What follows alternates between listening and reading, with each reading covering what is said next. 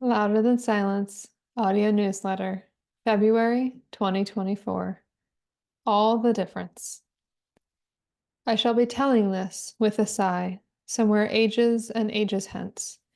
Two road diverged in a wood, and I took the one less traveled by, and that has made all the difference.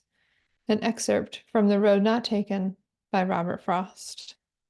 One of the questions I often hear is, what does progress look like? This may not seem like a connected thought to the part of the poem already shared, but bear with me. It's something that is a regular part of the conversations we have with survivors in the LTS community, but also something that feels very challenging to pin down most of the time. Progress is recognizing that the road that is currently most traveled is the one leading to an unhealthy response. Progress is choosing to take the road less traveled toward a healthy response. Progress is making that decision enough times that the healthy response becomes the road most traveled. This is how I've seen the progression of change in my own life. Step 1. I react to a particular situation strongly and don't know or understand that it was a strong reaction. Step 2. I react to a situation strongly and, upon reflection later, understand that the reaction was disproportionate to what happened at the time. Step 3. I react to a situation strongly and understand in the moment that the reaction is disproportionate to what's happening. Step 4. I react to a situation strongly, realize I don't want to respond that way, and then commit to a new plan. And step 5. A situation arises where my inclination is to react strongly, and I become unsure because my new plan feels wildly uncomfortable, confusing, and like I'm doing something wrong. But I take steps for my new plan anyway. And step 6. A situation arises where my inclination is to react strongly, but I feel more confident in taking the steps I decided to take in my plan. Step 7. A situation arises where I would have previously reacted strongly, but my reaction is more muted and manageable.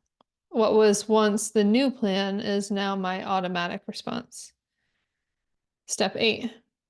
A situation arises where I would have previously reacted strongly, but it doesn't even register because I am able to respond in the moment in a way that is consistent with how I want to interact with it. It's only when thinking about it later that it even occurs to me that something is different. And step 9. I read an old journal entry from years ago, and then it hits me that I haven't even thought about this type of situation for ages because my healthy response is now so deeply ingrained. For steps 1 through 3, I am continuing to further ingrain the unhealthy response and create ruts in that already well-worn path. For steps 4 through 6, I'm consciously choosing to go down the road less traveled. Each time, it takes presence, thought, and awareness, and there are no shortcuts. In steps 7 through 9, what was once the road less traveled is becoming the well-worn path. When we are approaching our unhealthy patterns, taking the road less traveled is the one that leads us to the life we want for ourselves. We never know exactly where it's going to lead when we start taking the steps. It can feel dangerous. It can feel illogical. It can feel pointless. But we know continuing down the road we've been down too many times definitely leads us to a place we don't want to be anymore. It's simply too painful to keep repeating that pattern. All the uncertainty that comes from the road less traveled is worth it to change the cycle of pain that we've been experiencing.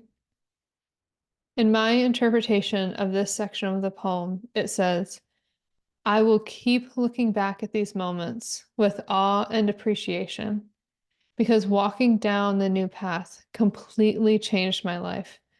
I would absolutely make those same decisions again. Because, friends, choosing the new path is what makes all the difference.